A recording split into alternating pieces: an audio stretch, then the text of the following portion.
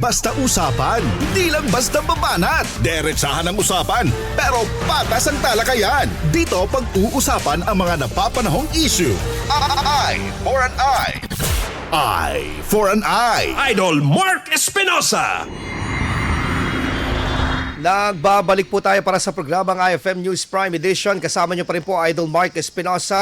At sa sandaling ito, makakausap po natin po ang isang leader ng riders, no? Ang CR1PH. Kasama natin sa linya, pabatiin mo na po natin po si Sir Reynan RL Cruiser Lopez. Magandang umaga, sir. Pagbati po ninyo sa mga nakikinig at nanonood sa atin sa mga oras na ito. Idol Mark Espinosa po ng IFM News Prime. Hello, sir. Yes, magandang umaga po. At magandang umaga sa lahat ng tagapakinig po ng IFM. Apo. Sir Reynan, magandang umaga. Kayo po bilang miyembro po ng isang organisasyon ng mga rider. Meron po kasing panukala dito na gawing 30 kilometers per hour. Ito pong speed limit lalong-lalo na sa mga matataong lugar. Isa po sa pinunto dito kasi ni Health Secretary Teodoro Herbosa para sa roads safety din na sinusuportahan nila itong panawagan na ito na 30 kilometers per hour. Particularly doon po sa mga nagmomotorsiklo, mga rider po natin. Ano po ang komento po ng inyo pong grupo dito, Sir Reynan?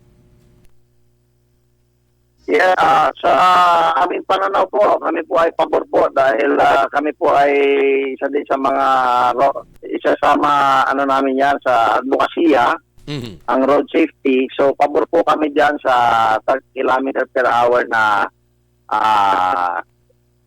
nagawing batas lalo sa mga matataong lugar dahil talaga dapat mag-slow down ang mga tao pagdating sa mga taong lugar Lalo na mga riders, talaga mahilig kasi sumingit. Yun ang nagiging problema natin sa mga kapwa natin riders. Correct. Oo. Pero Sir Reynan, dito ba sa mga, kunya sa samahan ninyo talagang, syempre maraming mga samahan kasi ng mga rider they promote, ito po talagang road safety din talaga. May mga paalala rin po tayo, may mga seminar ba tayo, may mga training sa mga miyembro natin sa CR1PH na para paalalahanan sila na wag maging kamote rider. Yes po, meron tayong mga seminars na ginagawa sa ating mga kasamang rider clubs. And also actually, yan ang ating project. We are part of the Provincial Peace and Order Council ng Pangasinan. So yan po yung naging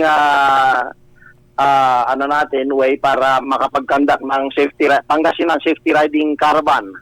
So nakatatlo na po tayong bayan, Malaksiti, Kalasyaw, and Lingayen. So tuloy-tuloy po 'yon as advocacy ng Charity Riders for One Philippines. Opo. Sir Reynan, bilang parte rin po ng mga nagpapatupad dito ng safety natin dito sa sa lalawigan ng Pangasinan, yung pagsusuot ng reflectorized vest.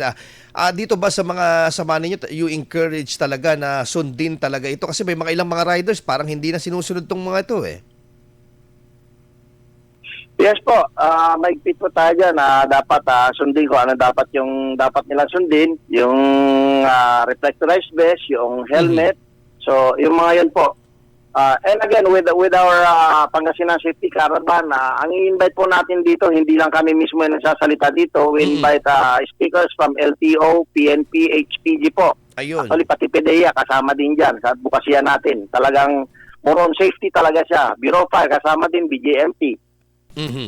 And I think hindi lang ito sa mga road safety because you're doing also mga charity works din, Sir Reynan.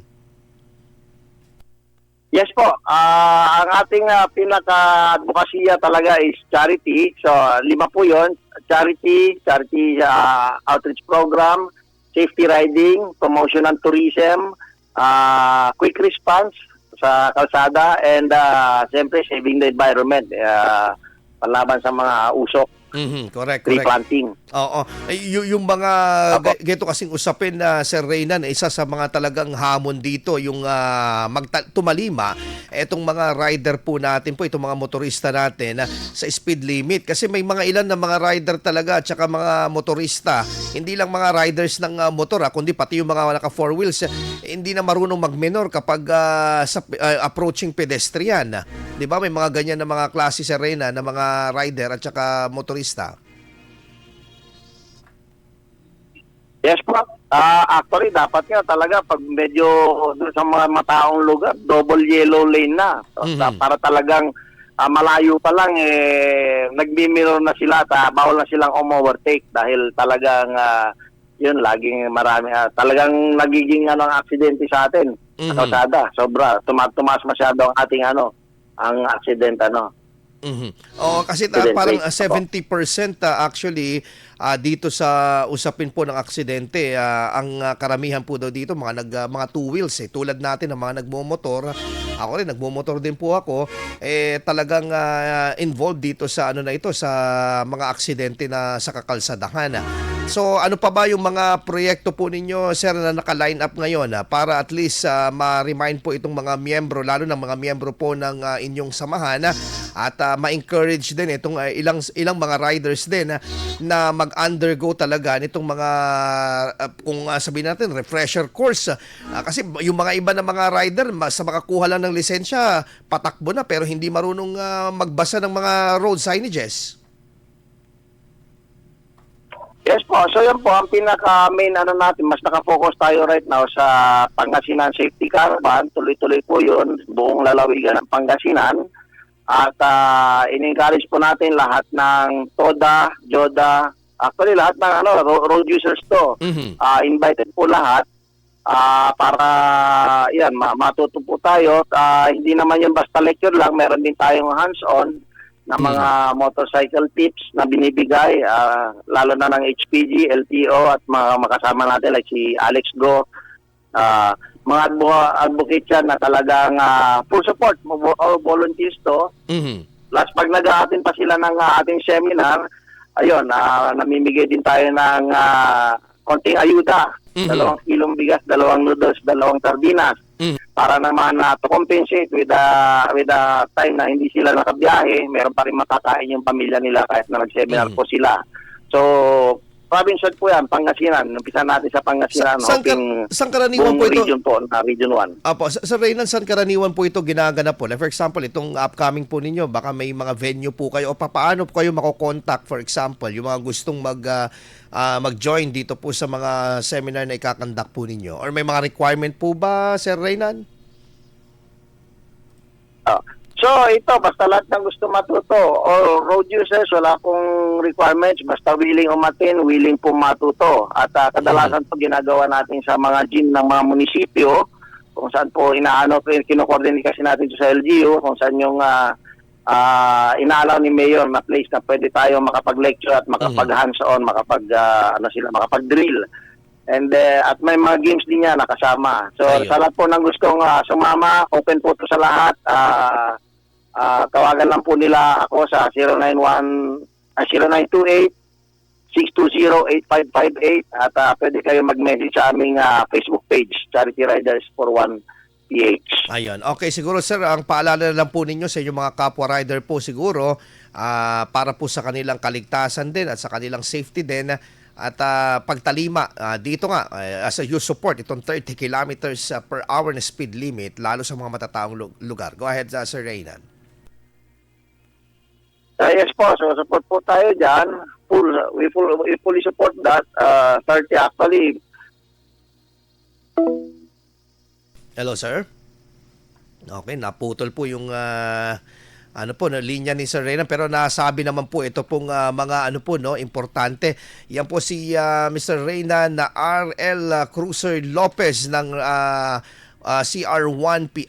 Okay na ba? Okay, Sir Reynan, go ahead. Hello, Sir Reynan. Yes po. Ayun, po. Pasensya po, naputol po. Kanina. Yes, sir. Ayun siya sabi po ninyo para sa paalala po sa mga riders po natin. Sa mga kapwa natin riders dyan, all clubs, welcome po tayo. welcome po tayo mag-seminar at welcome po tayong tumulong sa mga kapwa din natin road users kasi lalo yan ang nakikita natin. Ang kadalasan din nagbabanggaan is TODA at ang rider. So ito yung time na at least magkakakilala tayo dapat sa kalsada at magbigayan. So yun ang importante. So tuloy-tuloy ang ating road safety because safety is everybody's responsibility po. Yan. Maraming salamat po Mr. Reynan R.L. Cruiser Lopez ng CR1PH. Mabuhay po kayo. God bless po, sir. Thank you po. Mabuhay po kayo. Salamat. Yan, idol, ang ating pong panayama kay Sir Reynan R.L. Cruiser Lopez. Napaka-importante po na talagang masuportahan at talagang maging ano po ito. Tawag dito, maging advocacy ng bawat isa, yung safety po, yung road safety. Kasi una, kayo, personally, sa mga nagra-ride po dyan,